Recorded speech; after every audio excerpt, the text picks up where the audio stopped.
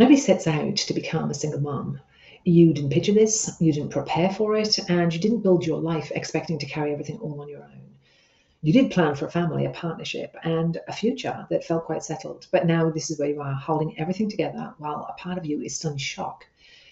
I want to talk to you about why you feel so overwhelmed right now. Your relationship is over and you're grieving it. You're managing kids and a house and everything else and trying to stay afloat. I want you to know the things that are going on right now are not about you feeling. It's about you trying to deal with what's happening. When the relationship ends, the grief doesn't arrive in a nice, neat package. You are grieving a partner, the life that you thought you were going to live together, the future that you were building towards. And there was no space in your mind for that falling apart. Right now, your kids are there. They need to eat. You need to run the house. You've got the bills that you've got to get paid. The school bags have got to be packed and the extracurricular activities have got to be gotten to. So you keep going on the outside, while on the inside, you just try to understand what the heck is happening, and everything is going so fast. That tension between deep personal grief, but the constant weight of responsibility is why so many single moms feel so stuck. I want you to know what's really going on here.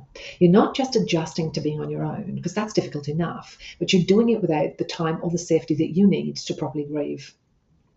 You're regulating your kids while you're dysregulated yourself. You're making meaning and making decisions about things while your system is still in shock at what's happening. And that's why the burden of this feels unbearable at times.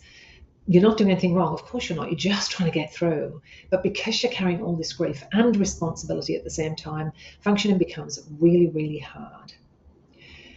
There is a turning point in all of this, and that's the part that women don't expect. The exhaustion that you feel isn't just about doing more. It's about holding yourself together when parts of you actually want to just collapse in a heap on the floor. You're grieving while you're staying functional. You're breaking while you're staying responsible. It's a contradiction all over the place. And if you ever think, if I'm coping this well, I shouldn't be feeling this bad, that's a lie that's going to help you keep going, but also keep you stuck. Of course you can function. You have no choice, but you also are deeply distressed. And both of those things exist at the same time. So what is going to help you? Oftentimes this is about getting back to tiny little small things, okay? When things feel unbearable, don't ask yourself, how do I fix my life? That's just way too big. Try asking yourself, what is one thing that actually has to happen next? Not today, not next week, just in the next couple of minutes. Maybe it's getting dinner on the table. Maybe it's picking up one of the kids. Maybe it's looking at a bill and working out how you're going to pay it this month. Or maybe you just need to stop everything and go have a shower. Let everything else wait for a little while. That isn't about you avoiding things. It's about you trying to contain the chaos.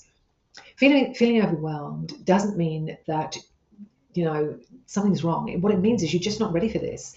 It means that you weren't meant to lose everything in one fell swoop and be able to replace everything with constant responsibility hanging over your head.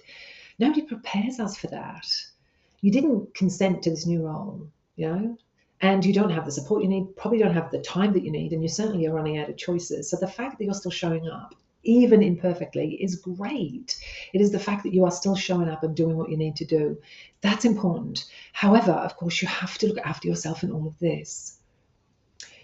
If you're in this phase right now, I want you to hear something really clearly. Nothing about this is supposed to feel manageable.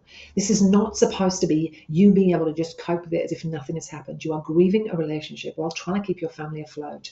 This isn't about personal shortcomings. This is about the collision of loss and duty, which is a lot to actually have to handle. This isn't also for the rest of your life. Please know that. This is a moment in time, a difficult moment for sure, but it's a moment in time. It's the part where you are surviving right now, something that you never planned. If this is where you're at, please know that it will get better, but it's going to take time. I really encourage you to check out some of my videos here.